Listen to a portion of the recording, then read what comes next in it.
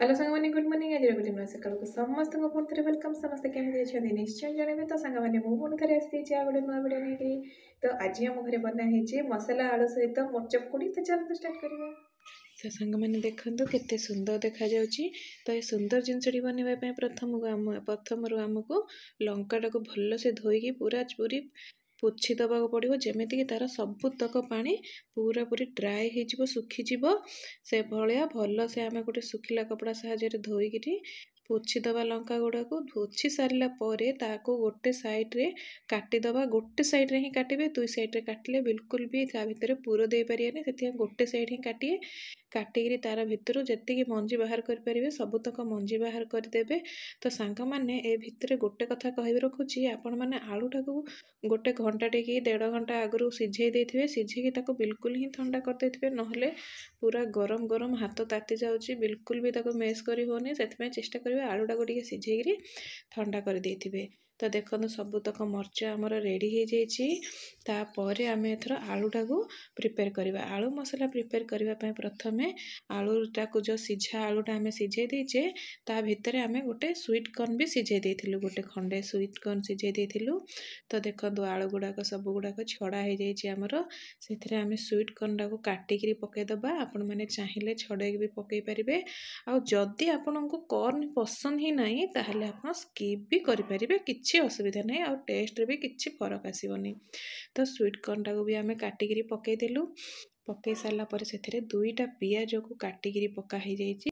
ତ ସାଙ୍ଗମାନେ ଯେଉଁ ପର୍ଯ୍ୟନ୍ତ ପିଆଜଟା କଟା ହେଉଛି ସେଥି ଭିତରେ ଆପଣ କେଉଁଠିରୁ ଦେଖୁଛନ୍ତି ନିଶ୍ଚୟ ଜଣାଇବେ। ଆଉ ଭଲ ଲାଗିଲେ ଲାଇକ୍ ସେୟାର ସବସ୍କ୍ରାଇବ୍ କରିବାକୁ ଜମାରୁ ଭୁଲିବେନି। ଆଉ କମେଣ୍ଟ ଗୋଟେ ନିଶ୍ଚୟ ଲେଖିକି ଛାଡ଼ିବେ ଯେ ଆପଣ କେଉଁଠୁ ଦେଖୁଛନ୍ତି, ଆଉ ମୋ ଭିଡ଼ିଓ ଗୁଡ଼ାକ ଆପଣମାନଙ୍କୁ କେମିତି ଲାଗୁଛି, ଭଲ ଲାଗୁଛି ନା ନାହିଁ ନିଶ୍ଚୟ ଜଣାଇବେ। ତ ସାଙ୍ଗମାନେ ଦେଖନ୍ତୁ ପିଆଜ ଗୁଡ଼ିକ ଆମର ପୁରାପୁରି ଟିକ୍ ଟିକ୍ କରିକିରି କଟା ହେଇଯାଇଛି। ବହୁତ ଛୋଟ ତ ନୁହଁ, କିନ୍ତୁ ଟିକେ ପାଟିରେ ବାଜିବା ଦରକାର, ପିଆଜର ଟେଷ୍ଟ ବି ଆସିବା ଦରକାର।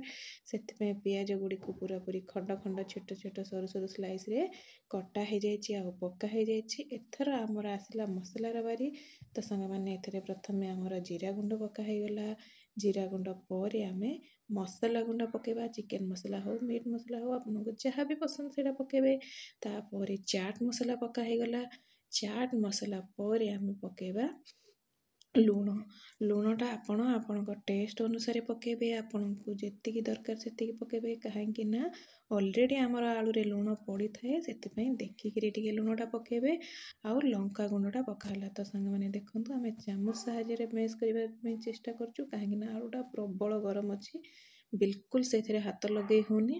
ସେଥିପାଇଁ ଗୋଟେ ଫୋକ୍ ସାହାଯ୍ୟରେ ଆମେ ଦଳିବାକୁ ଚେଷ୍ଟା କଲୁ, କିନ୍ତୁ ହାତ ତ ଟିକେ ନ ଲଗେଇଲେ ଟେଷ୍ଟ ବାହାରେନି ନା। ସେଥିପାଇଁ ପୁଣି ଥରେ ହାତ ବି ଲଗା ହେଲା ଆଉ ଭଲସେ ତାକୁ ମେସ୍ କରାହେଇଗଲା। ମେସ୍ କରାହେଇଗଲା ପରେ ପୁରାପୁରି ଆମର ଆଳୁ ମସଲାଟା ଏଥର ପ୍ରିପେୟାର ହେଇଗଲାଣି। ତ ସାଙ୍ଗମାନେ ଏଥିରେ ଆମର କଞ୍ଚା ଲଙ୍କା ଆଉ ଧନିଆ ପତ୍ର ଆଉ ମ୍ୟାଗି ମସଲା ଶେଷରେ ପକା ହେଇଛି, ଆପଣମାନେ ବି ନିଶ୍ଚୟ ପକାଇବେ। ତ ସାଙ୍ଗମାନେ ଏଥର ଆମେ ଘୋଳଟା ଆମର ପ୍ରିପେୟାର କରିଦେବା, ଯେଉଁଥିରେ କି ଆମେ ଲଙ୍କାଟାକୁ ବୁଡ଼େଇବା।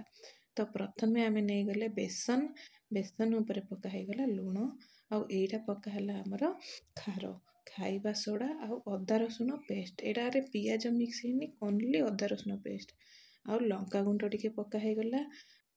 ଲଙ୍କାଗୁଣ୍ଡ ପରେ ଏଥିରେ ଆରାରୁଟ୍ ପାଉଡ଼ର ବି ପକାଇବା। ଏଥିରେ ଶୋ ହେଉନି, କିନ୍ତୁ ଆରାରୁଟ୍ ପାଉଡ଼ର ପକା ହେଇଛି। ସାଙ୍ଗମାନେ ତେଲଟା ଆମେ ପକାଇଛୁ, ଆପଣମାନେ କିନ୍ତୁ ଆପଣଙ୍କ ଇଚ୍ଛା ଅନୁସାରେ ପକାଇବେ, କାହିଁକିନା ଏଥିରେ ତେଲ ବହୁତ ହି କମ୍ ପକାଯାଏ। ଯଦି ଅଧିକ ତେଲ ପକାଇଦେବେ ତାହେଲେ ମରିଚରେ ବିଲକୁଲ ବି ମସଲା ଲାଗିବନି। ସେଥିପାଇଁ ଆପଣମାନେ ଯଦି ତେଲ ପକାଉଛନ୍ତି ଗୋଟେ ଚାମଚ ହିଁ ପକାଇବେ, ତାଠୁ ଅଧିକ ବିଲକୁଲ ବି ପକାଇବେନି। ଆଉ ପକାଇ ସାରିଲା ପରେ ପୁରାପୁରି ଭଲସେ ଘାଣ୍ଟି ଦେବେ। ଆଉ ଆମର ଯେଉଁ ବେସନ ମିକ୍ସଟା ପୁରାପୁରି ବହଳିଆ ରହିବ, ଯେତେ ବହଳିଆ ପାରିବେ ସେତେ ରଖିବେ, ତେଲ ବି କମ୍ ସରିବ ଆଉ ମରିଚରେ ବି ଲାଗିବ। ସେଥିପାଇଁ ବିଲକୁଲ ବି ପାଣିଆ କରିବେନି। ତ ସାଙ୍ଗମାନେ ଏଥର ଆମର ସବୁ କିଛି ପ୍ରିପେୟାର ହେଇଯାଇଛି। ତ ଆମେ ମରିଚ ଗୁଡ଼ାକରେ ଏଥର ଆମେ ଆଳୁ ପୁର ଦେଇଦେବା। ସେ ଭିତରେ ଦେଖନ୍ତୁ ଆମେ ଯେଉଁ ଚିରା ଲଗେଇ ଦେଇଥିଲେ ନା, କାଟି ଦେଇଥିଲେ ଆଉ ତା ଭିତରୁ ମରିଚ ବାହାର କରିଦେଇଥିଲେ, ସେ ସ୍ପେସ୍ ଭିତରେ ଆମର ଯେତିକି ମସଲା ଆମେ ଭର୍ତ୍ତି କରିପାରିବା ସେତିକି ମସଲା ପୁରାପୁରି ପେକ୍ କରିଦେବା ତା ଭିତରେ। ଦେଖନ୍ତୁ ଆମେ କେମିତି ଭରି କରୁଛୁ, ସେମିତି ହିଁ ଭରି କରିବେ। ପୁରାପୁରି ଯେତିକି ପାରୁଛନ୍ତି ସେତିକି ଭରି କରିବେ। ଭର୍ତ୍ତି କରି ସାରିଲା ପରେ ସବୁତକ ପ୍ରଥମେ ଆମେ ରେଡ଼ି କରିକିରି ରଖିଦେବା।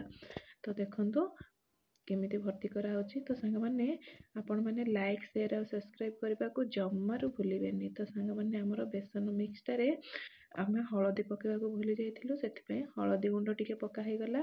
ହଳଦୀ ଗୁଣ୍ଡଟା ଆପଣମାନେ କେତେବେଳେ ବି ପକାନ୍ତୁ ଚଳିବ। ତ ଦେଖନ୍ତୁ ଆରାରୁଟ୍ ପାଉଡ଼ରଟା ସ୍କିପ୍ ହେଇନଥିଲା ଆମର, ଆମେ ଶେଷରେ ପକାଇଥିଲୁ ଆରାରୁଟ୍ ପାଉଡ଼ରଟା। ଦେଖନ୍ତୁ ଭଲସେ ମିକ୍ସ କରାହେଇଗଲା। ସାଙ୍ଗମାନେ ଆମର ବେସନ ଆଉ ଆରାରୁଟ୍ର ଘୋଳଟାକୁ ଯେତେ ଭଲସେ ପାରିବେ ସେତେ ଭଲସେ ଫେଣ୍ଟି ଦେବେ, ନହେଲେ ବେସନ ଗୁଡ଼ାକ ମିଶେନି ଆଉ ସେଗୁଡ଼ାକ ପାଉଡ଼ର ହେଇକିରି ପାଟିରେ ଲାଗେ ଆଉ ଖାଇବା ପାଇଁ ବିଲକୁଲ ବି ଟେଷ୍ଟି ଲାଗେନି। ସେଥିପାଇଁ ଚେଷ୍ଟା କରିବେ ଯେତେ ସମୟ ପାରିବେ ଭଲସେ ଫେଣ୍ଟି ଦେବେ। ତ ଦେଖନ୍ତୁ ଭଲସେ ଫେଣ୍ଟିକିରି ଆମେ ମର୍ଚଟା ତା ଭିତରେ ବୁଡ଼େଇକିରି ତେଲରେ ଛାଡ଼ିଦେଲୁଣୁ। ତ ସାଙ୍ଗମାନେ ତେଲଟା ମିଡ଼ିୟମ୍ ଆଞ୍ଚରେ ବସେଇବେ ଆଉ ପୁରାପୁରି ବେଶୀ ଗରମ କରିବେନି, ନହେଲେ ମର୍ଚ ଗୁଡ଼ାକ ପୁରାପୁରି ପୋଡ଼ିଯିବ ଆଉ ଭିତରେ ବିଲକୁଲ ବି ସିଝିବନି। ଏ ମର୍ଚଟା ଟିକେ ସିଝିବା ପାଇଁ ଟାଇମ୍ ନିଏ, ସେଥିପାଇଁ ଟିକେ ମିଡ଼ିୟମ୍ ଆଞ୍ଚରେ ବସେଇବେ। ଗୋଟେ 5 ରୁ 7 ମିନିଟ୍ ଫ୍ରାଏ କରିବେ। ଫ୍ରାଏ କରିସାରିଲା ପରେ ଗରମା ଗରମ ଆକୁ ସର୍ଭ କରିବେ। ଚିଲି ଟମାଟୋ ସହିତ ଆଉ କଞ୍ଚା ପିଆଜ ସହିତ ଟିକେ ସର୍ଭ କରିବେ। ତ ସାଙ୍ଗମାନେ ମର୍ଚ ପକୋଡ଼ା ବାହାରୁ ତ ନିଶ୍ଚୟ କିଣିକି ଖାଉଥିବେ, ଏମିତି ଥରେ ନିଶ୍ଚୟ ଘରେ ବନାନ୍ତୁ, ଟେଷ୍ଟ କରନ୍ତୁ। ଭଲ ଲାଗିଲେ କମେଣ୍ଟରେ ନିଶ୍ଚୟ ଲେଖିକି ଛାଡ଼ିବେ ୟମ୍ମି ବୋଲିକିରି। ତ ଆଉ ମୋ ଭିଡ଼ିଓଟାକୁ ଲାଇକ୍ ସେୟାର ଆଉ ସବସ୍କ୍ରାଇବ୍ କରିବାକୁ ସାଙ୍ଗମାନେ ଜମାରୁ ଭୁଲିବେନି।